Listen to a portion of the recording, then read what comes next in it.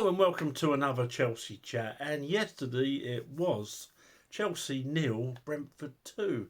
The third time Brentford have beaten us in 3 seasons since they were promoted. And I'm not going to lie, yesterday I didn't do this because I was so depressed.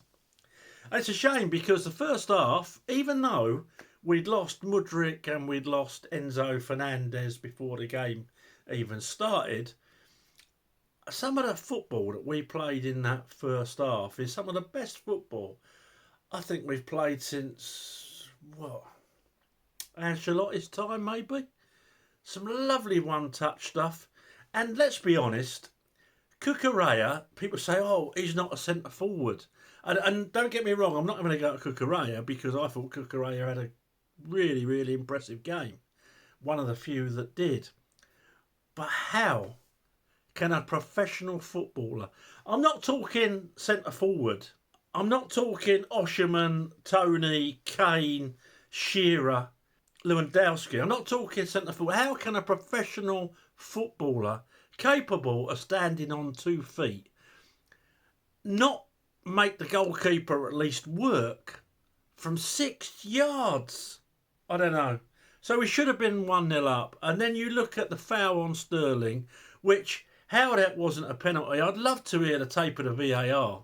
How that isn't a penalty, I don't. Can you imagine Klopp and Salah if that was against Liverpool? It'd have been a riot. We had other misses as well. I can think of Cole Palmer who should have scored. I think of Sterling, England international, probably 10 yards out, putting it in row Z.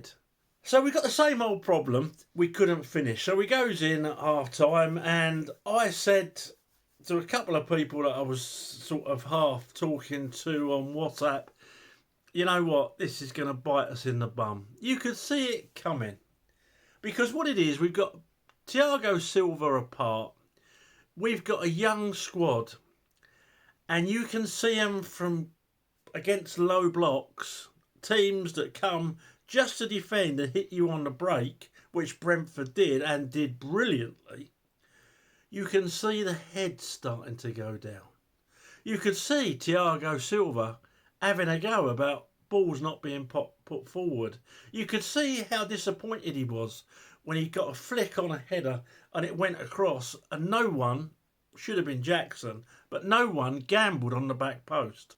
When you look at Erling Haaland, a lot of his goals are tap-ins at the back post. He just gambles. We've got no one that does that. We've not got a natural centre forward. The heads go down. You can see it visibly. And what happens when heads go down? You start to play it safe. You start to play it sideways. You start to play it backwards. And they all started doing it. Even slightly older players like Cucurella started playing the safe balls. And that's when we go back to having no tempo, no penetration, and not even the chance to miss those chances. Jackson's getting dog's abuse online. Now, Jackson yesterday, he didn't set the world alight. There was times, he should have got a goal, but there were times when he didn't make the right runs, but there were also times when he ran into the channels. Something that someone like Tammy Abraham didn't do. And if you go back and watch my videos, I was criticising Tammy Abraham for not doing the very things that Jackson does. Jackson still looks to me like someone that is adapting to the Premier League. How long has Jackson been at Chelsea, and how many Premier League games has he actually played? He's a young man. He's just still learning his game. We knew that when we bought him. Now, I'm not comparing him to Didier Drogba, not in a million years. But when Drogs came, and he had experience, he was 24, and he played in European Cup and everything, and it took him a while to adjust. And this young man, I don't think has got the same quality as Drogba. We were getting on his back because 7-8 games in that he's played, he's not getting 10 goals a game. He's not putting his chances away. We knew this young team were going to have ups and downs. Well, most of us did. Last week against Arsenal was an up. We should have won that game. Yesterday was a big, big downer. And I, for one, was fed up. I, for one, think on paper, we should be winning games like that, even with an inexperienced squad, even with all those injuries. But football's not played on paper, is it? It's played on grass. So yesterday, game of two halves. First half, really impressed with us. Loved watching some of the football. Loved watching some of the confidence. And second half, it just drained out of us. And you could see it draining. And that's going to happen every time we play a team with a low block. Everyone's saying about a centre forward. As I say, people are calling for Tammy Abraham. And I respect their opinion. But having watched Tammy Abraham, I think he's at best a mid-table centre forward. And if Chelsea are going to get back to the real big time, they need to go in and buy a quality centre forward. Whether it's Osherman or whether it's Tony, they need to do that. Now, that said, and let's go back to Didier Drogba. Didier Drogba had someone at his side normally, whether it be Gudjonsson, whether it be Anelka, whether it be Kalou. Generally, Didier had a man next to him. So perhaps Nicholas Jackson, who does make the runs, who does take players with him, in a very similar way to Anelka, funnily enough, but he hasn't got Anelka's finishing nous yet. Maybe that'll work. I don't know. I don't think anyone does. I don't think Pochettino does. So yesterday, I was bemused right from word go. We've got Reece James and we've got Malo Gusto on the bench, and it looked, when the team sheet came out, as though Cucurella was playing on the right. We were going to have Disasi and Silva in the middle, and we were going to have Colwill on the left. Obviously, you can't do nothing about injuries. I don't know if Enzo, some places said he had a slight knock, slight muscle strain, same as Mudryk. Other places it was because of his second baby. Congratulations, Enzo. By the way, I know you watch these. Right. So yeah, we knew about that. So in front, we've been playing 4-3-3, which has made us look compact and tight. But I suppose Pochettino was thinking they're going to play a low block. So we ended up playing a 4-2-3-1. Really, four forwards, if you like. The two in the middle, and I don't think Gallagher is a pivot player. The two in the middle were Caicedo and Gallagher. Now, I think Gallagher's better pushed a little bit forward. I would have played Caicedo and, is it Upanegwu? Is that right? You know what I mean. I'd have played those two in there. Gallagher a little bit forward and probably lost either one of Madueke or Sterling, because you can't drop Cole Palmer at the minute. So that's what I would have done, but I don't get the big bucks. I'm not the Chelsea manager. But I thought it was a strange selection when I saw it. So yeah, I'll carry on. I've now given the cat out of the bag. We had Madueke on the right, Sterling on the left, Cole Palmer in the middle, and Jackson up front. Obviously Sanchez was in goal. But it didn't work like that. Cucurella was playing at left back, Colwill and Silva in the middle, and Disasi was playing at right back, which he has played in that position before. But when you've got James and Gusto, who are both attacking wing backs, and you've got to beat a low block, I just did not understand that at all. Let me know what you think in the comments. Didn't understand it, and do you know what? I think if we'd had another outlet on that right wing, it would have been, I think, a different game, because you effectively then, instead of your four forwards, if you like, you've got another two available. You've got more men in the box, and let's face it, our finishing's so poor that we need as many men in that box as possible. 17 shots yesterday, 2 on target. And one of them was Cucurella's that got hit straight at the goalkeeper from 6 yards. We've spoken about that earlier. I don't know what Poch was doing with that team yesterday. I really don't. A lot of that yesterday I'm putting down on Poch in that second half. And then the substitutes come on, and you're bringing on Reece James with, 9 minutes to go or whatever. None of them substitutes, Maatsen, would have really made any significant change to a team that's 1-0 down, I wouldn't have thought. Sanchez getting dog's abuse for coming up for the header. Do you know what? If I'd been in goal and there was 2 minutes left and we were losing 1-0, I'd have gone up for it. Not going to lie. I don't know if it's manager's orders or not. But last week, I got on Sanchez's back. Yesterday, he made 2 cracking saves. We could have gone even further behind earlier on. So it was largely down to Sanchez that we were only 1-0 down with 2 minutes to go. I'm not getting on his back. I think if you're 1-0 down, you're 4 minutes into injury time and your keeper goes up. Sometimes it happens, doesn't it? Maybe put one of your shorter players on the halfway line. Maybe do that. But I'm not going to criticise him. So, with the team selection, the in-game management, which I thought was awful. Poch, you had a bad day at the office yesterday. But those young players, you could see that confidence go out of them. And I don't think getting on their back, I don't think going online and giving people dogs abuse is constructive. I don't think it's going to help anyone. I think this young team needs our support. I think we knew that. I think the worst thing we could have done last week was practically outplay Arsenal, because it gave a lot of people, obviously, too much false hope. This is a young side. They're going to have their ups and downs. It's as simple as that. And some of these people in these groups, I saw 2 grown men who've never met each other, probably lived miles away from each other, offering each other out. Now, I'm not being funny, but if you're above 15 years old, what's all that about? What is all that about? Most of us of a certain generation have got the balls to go outside with anyone. Sometimes we win, sometimes we lose. As I get older, there'll be more times I lose than I win.